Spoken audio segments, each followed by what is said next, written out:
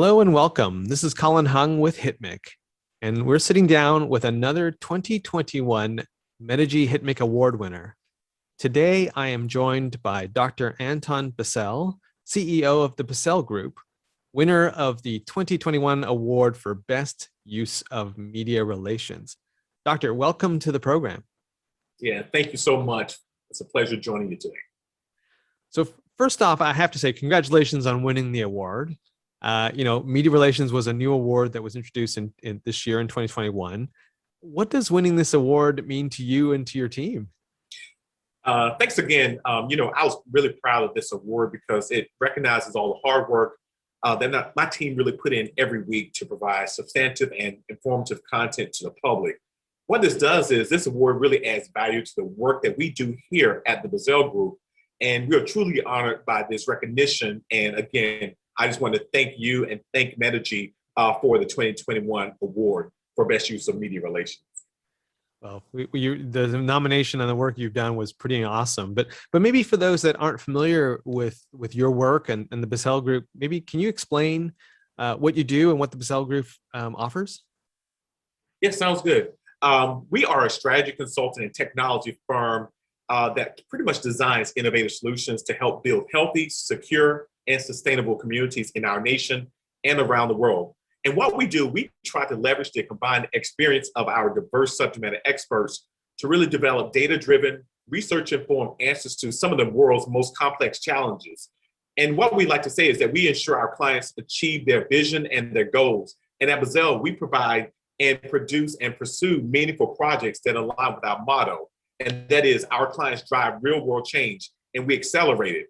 Some of the things that we do, we are actually on the front lines, working in the opioid treatment programs. We're also tackling the Ebola epidemic in the Democratic Republic of the Congo, or just dealing with COVID-19. We also create ways in which our U.S. military members avoid the risk of suicide. And also we promote around the nation and around the world global health. And so that's what we do. So we've grown, our company has really grown from a staff of 2 in just one small office about 10 years ago to a thriving firm now with offices around many parts of the world. Wow. It's just some small problems like Ebola and that's amazing. Yes. It's amazing. Any insights that you could share around dealing with some, like, because these problems you're talking about, they're extremely complex. It's not just simply drop in a vaccine or anything. It's very complicated. How do you deal with that complexity, or how does your team deal with that? Yeah, one of the things that we do is we go out, we find those folks that are subject matter experts. I like to have those folks that are around me that are smarter than me. And so when we put those folks around us, we put them on our projects to really look at some of the barriers that have existed and why those disease entities are in place. But we look at our clients, find out some of the areas that there are challenges, and to build innovative solutions to everything that they do. So we look at it from a data-driven, research-informed, and innovative solution standpoint. Now, kind of moving a little bit over to some of the work that you did personally in 2020. I mean, you really put yourself out there and was a voice for 2 important causes. One being Black Lives Matter, that movement, and the addiction and mental health sort of realm. You did a lot of writing and a lot of commenting on that. Why were those 2 important to you, and why are those 2 areas important to healthcare in general?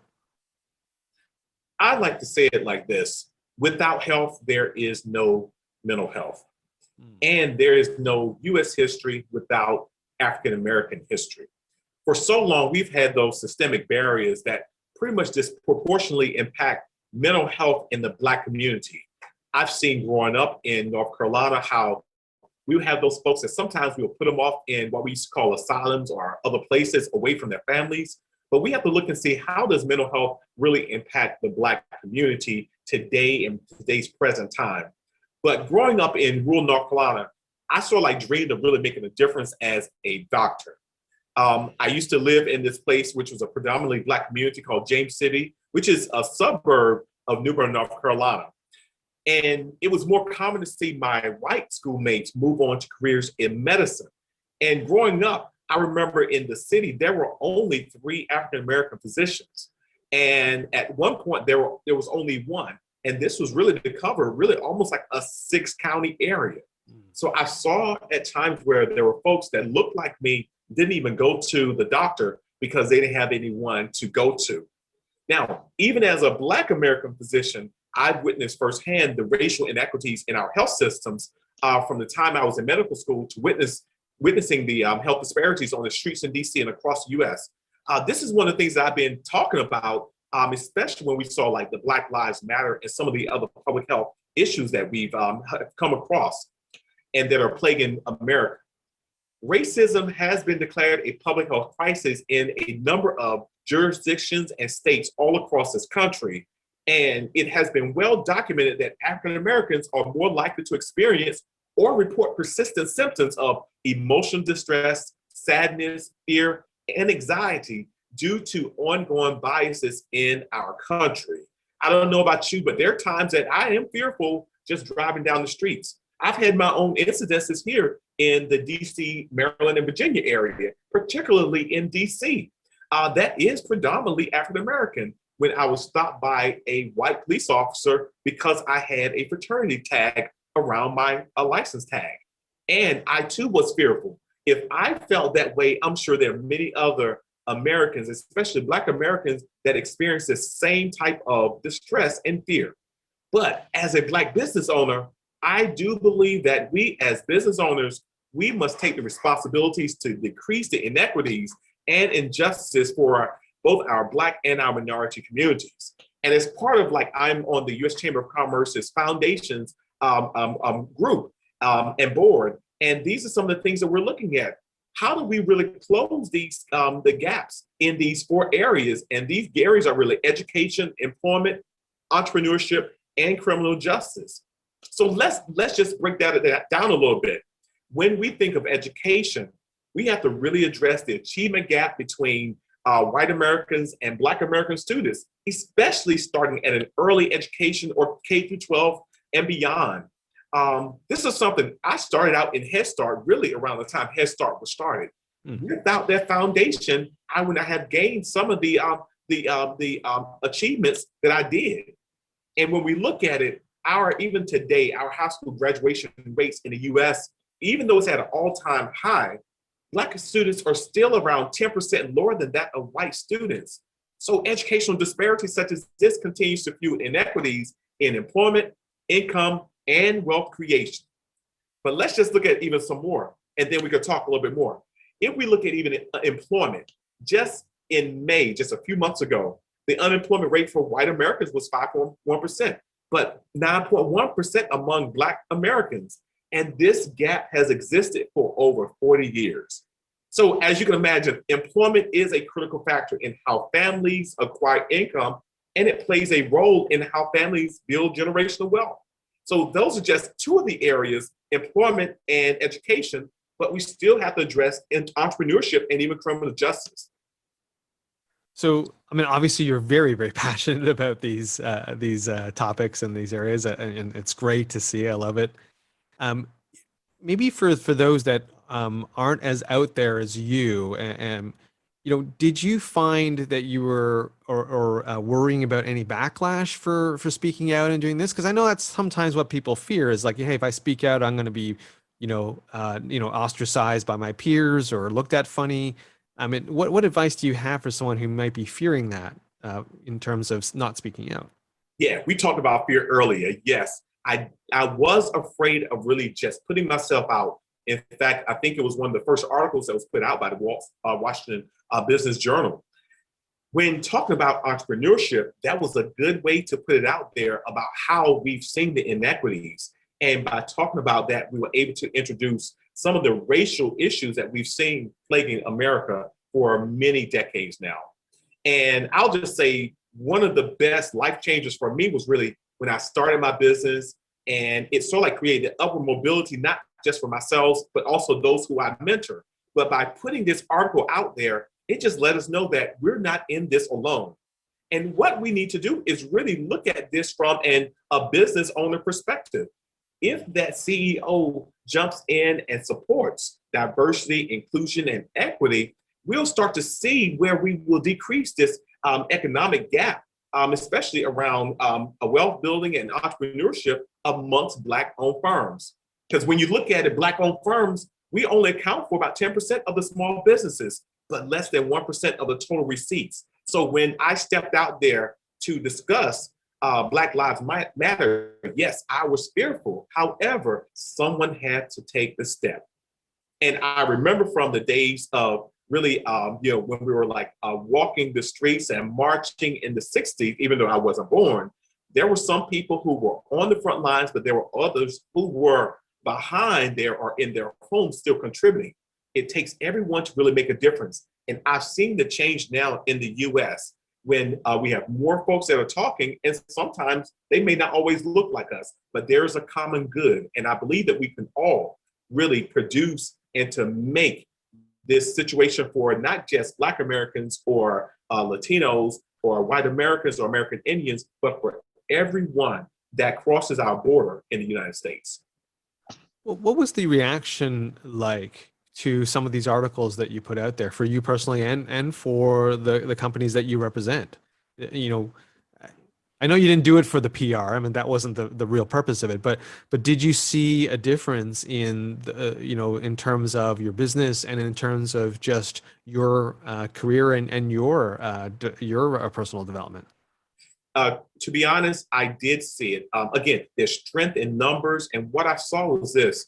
I saw where there was so much support. In fact, I didn't see any negative support whatsoever.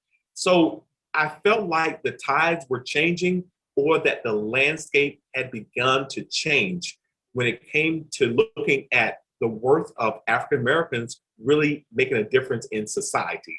And even in the business world, we're now seeing where others such as U.S. Chamber of Commerce, they're really looking at the inequities across many areas, across education, employment, entrepreneurship, and even the criminal justice system.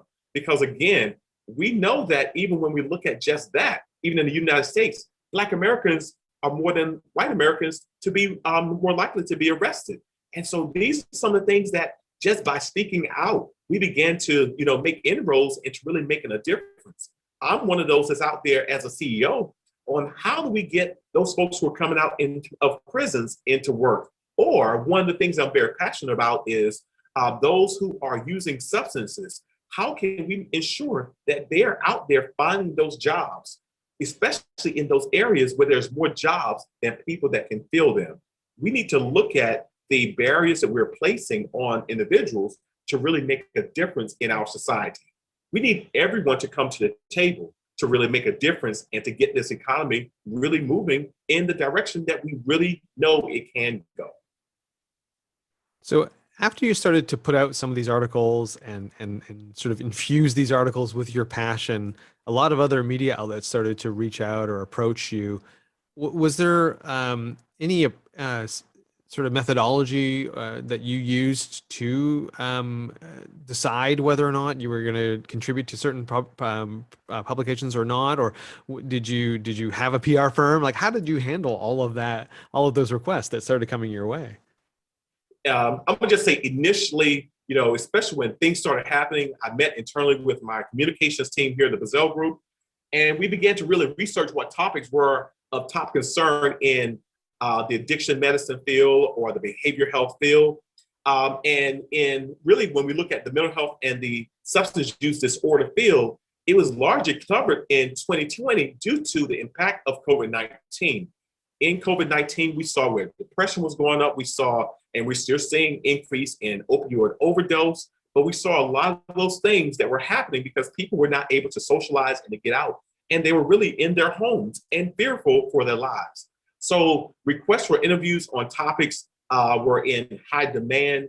My team and I, we discussed the importance of really working with really some of the healthcare trade magazines like Psychology Today or WebMD, and just to get our message across, because we felt like someone had to get out there and to join the chorus of the other owners and business owners and folks in the field, healthcare field, to really get out there to talk about. There were topics such as like prescription opiate overdose, which we continue to see, morphine overdose, harm reduction, or even just underage drinking or college age drinking, codeine dependence, or even just the mental health interventions that were useful during COVID-19. And so these articles and opportunities really came about from our team really building relationships with reporters from these publications. And as far as special prep, I'll just say my team, they conducted the research and they shared related articles and studies for me to review. And at our company, again, we believe in looking at those things that really work from a data-driven and research-informed solutions area. And so what really helped also was really my direct experience as a physician, especially as a family doc, but also one that specialized in addiction medicine. And so those are some of the things. And you asked me, a question, did we work with a group? And yes, we worked with one of the groups, which is P&B Communications, that we've been working with since May of 2020, that they were also HITMC award winners as well for best use of social media. So they are a great and a knowledgeable team to work with. And it's been a pleasure really working with them since for now almost 13 months. And so we meet bi-weekly and we discuss the short and long-term goals and we prep for upcoming interviews and then we review and approve social media, calendar topics. So yes, we have worked with someone and that's how we do it here at the Bizzell Group. I really like how you kind of purposely took on topics that were related to the work and the passion that you have, especially in the addiction and substance abuse areas, because it's directly related to some of the evidence-based stuff that you're doing and the fact that you're using evidence in your PR. I mean, that is not as common. It's common in healthcare, but it's not as common in general. And I think that was pretty refreshing to see you quoting a lot of these studies and you quoting a lot of these other statistics in the work that you were doing and the quotes that you were giving to people.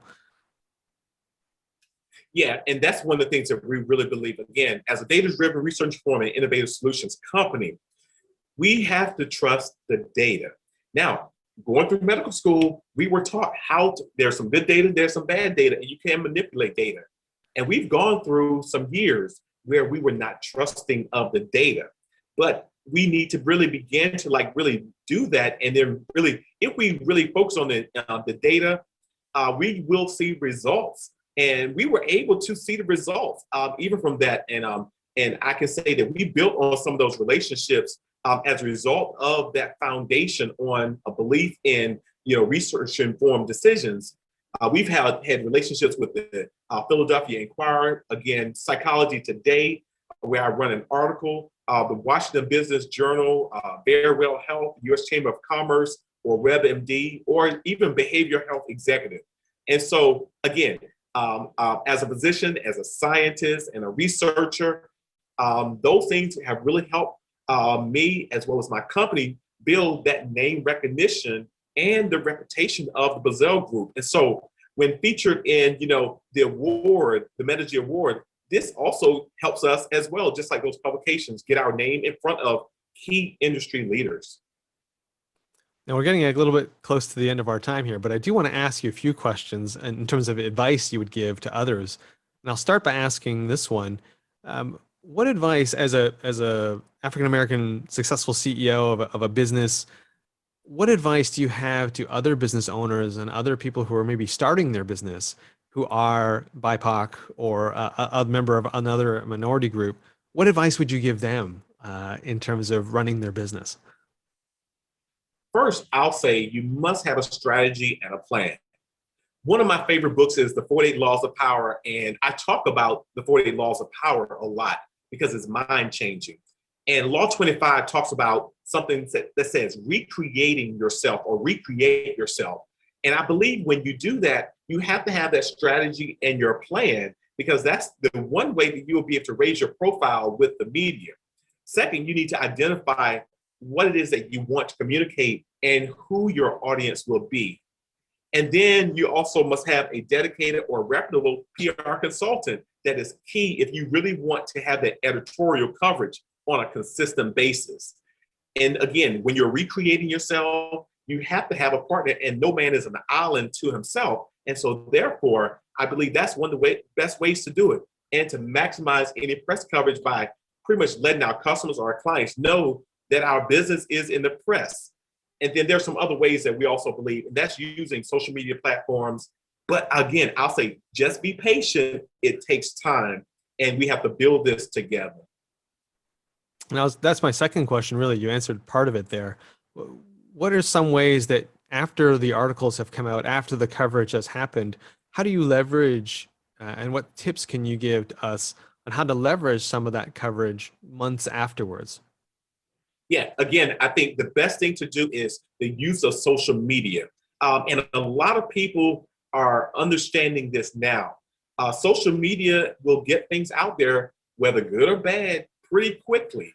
And now you're able to build up your digital footprint more so than what we have seen in the past. So I like to say, sort of like this again, I think results will take time, but if we are patient, we will see the difference. And that difference is really what we can make, not just for ourselves, but for others. And I like to, sort of like say, one of the quotes that I like to, really like quote sometimes is by Madam C.J. Walker, which was a great business owner and one of the first Black entrepreneurs. And she said, I had to make it on my own living and my own opportunity, but I made it. And she said, don't sit down and don't wait for the opportunities to come. You have to get up and you have to make them. And that's what we have to do as CEOs and owners of companies. Amazing. Amazing. Well, Dr. Bizzell, thank you so much for your time today. I really enjoyed this conversation. It's very, very clear you're very passionate about these topics, which I absolutely love. And again, thank you for all the tips you shared today on the program. Yeah, thank you, Colin. And it's been a pleasure working with, healthcare IT today and as well as HITMC. And so looking forward to, continue to get the word out because it's going to take all of us to really make a difference and to change the world.